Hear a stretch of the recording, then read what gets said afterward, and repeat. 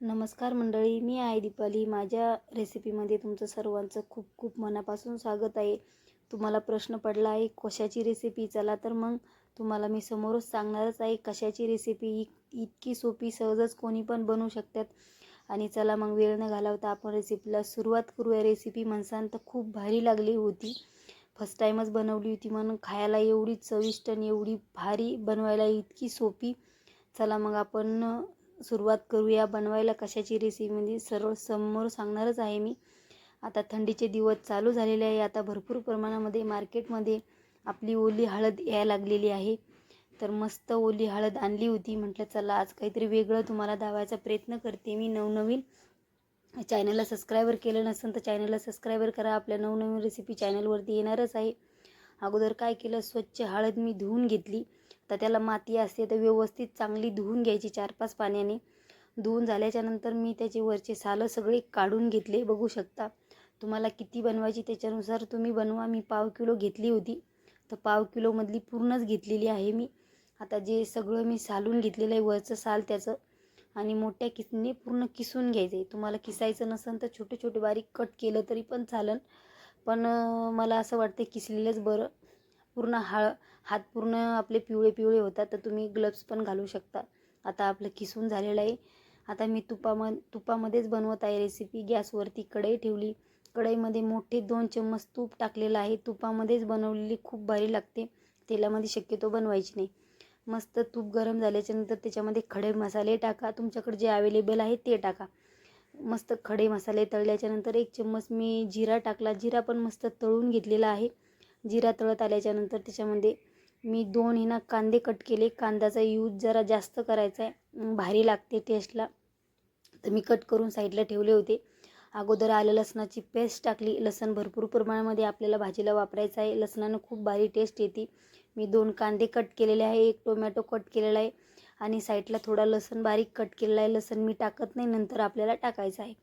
मस्त आपलं मसाले तळून घ्यायचे. आपला कांदा आणि टोमॅटो मस्त तळत आल्याच्यानंतर आपण जे खिसलेली आहे हळद ती त्याच्यामध्ये टाकायची आणि मस्त मिक्स करून घ्यायची आहे. आपल्याला पूर्ण असं मिक्स करून घ्यायचं व्यवस्थित, आणि चांगलं असं फिरवतच राहायचं. मीडियम गॅसवरती आपल्याला बनवायची आहे भाजी. 2 मिनटं परतल्याच्यानंतर जो कट केला होता बारीक लसण ते त्याच्यामध्ये ॲड करायचं आहे, आणि परत आपल्याला फिरवत राहायचं व्यवस्थित, म्हणजे खाली चिटकायला नको आहे. बघू शकता. परत मी 2 मिनटं शिजू दिलं आणि परत फिरवून घेतलं. आणि चांगली आपल्याला हळद कच्ची ठेवायची नाही. व्यवस्थित आपल्याला ती शिजल्या गेली पाहिजे. कसं आहे ना, हळद मग उगरट लागत नाही. चांगली नाही शिजली ना तर उगरट लागते. त्याच्यामुळे व्यवस्थित शिजून घ्यायची. 2 मिनटं मी झाकण ठेवली. परत 2 मिनटं वाफ काढून घेतली. म्हटलं व्यवस्थित आपण शिजून घेऊया. परत 2 मिनटं झाकण काढून बघितलं. थोडी राहिली होती शिजायची, कस राहिली होती तिची. म्हटलं परत आपण 2 मिनटं झाकण ठेवून व्यवस्थित शिजून घेऊया. परत मी 2 मिनटं झाकण ठेवलं, व्यवस्थित शिजून घेतली. आता मस्त शिजलेली आहे. तेल पण बघू शकता मस्त त्याला सुटलेलं आहे. आपली हळद पण व्यवस्थित शिजून झालेली आहे. आता हळद मस्त शिजली, मसाले मस्त फ्राय झाले. आता मी काय केलं, 2 चम्मच हे घेतलं, दही घेतलं. त्याच्यामध्ये धनिया पावडर आणि लाल तिखट टाकलं, आणि मस्त मिक्स करून घेतलं. आणि जो आपला मसाला आहे ते त्याच्यामध्ये ॲड करायचा आहे. थोडा टाकता वेळेस माझ्याकडून साईडनं पडले होतं, तर मी ते परत टाकलं. कमी पडलं होतं म्हणजे मोबाईलमध्ये शूटिंग करता वेळेस साईडनं पडलं माझ्याकडून. मोबाईलमध्ये बघत होती मी तर. मग त्याच्यामध्ये ते दही टाकून द्यायचे आणि मस्त मिक्स करून घ्यायचं व्यवस्थित.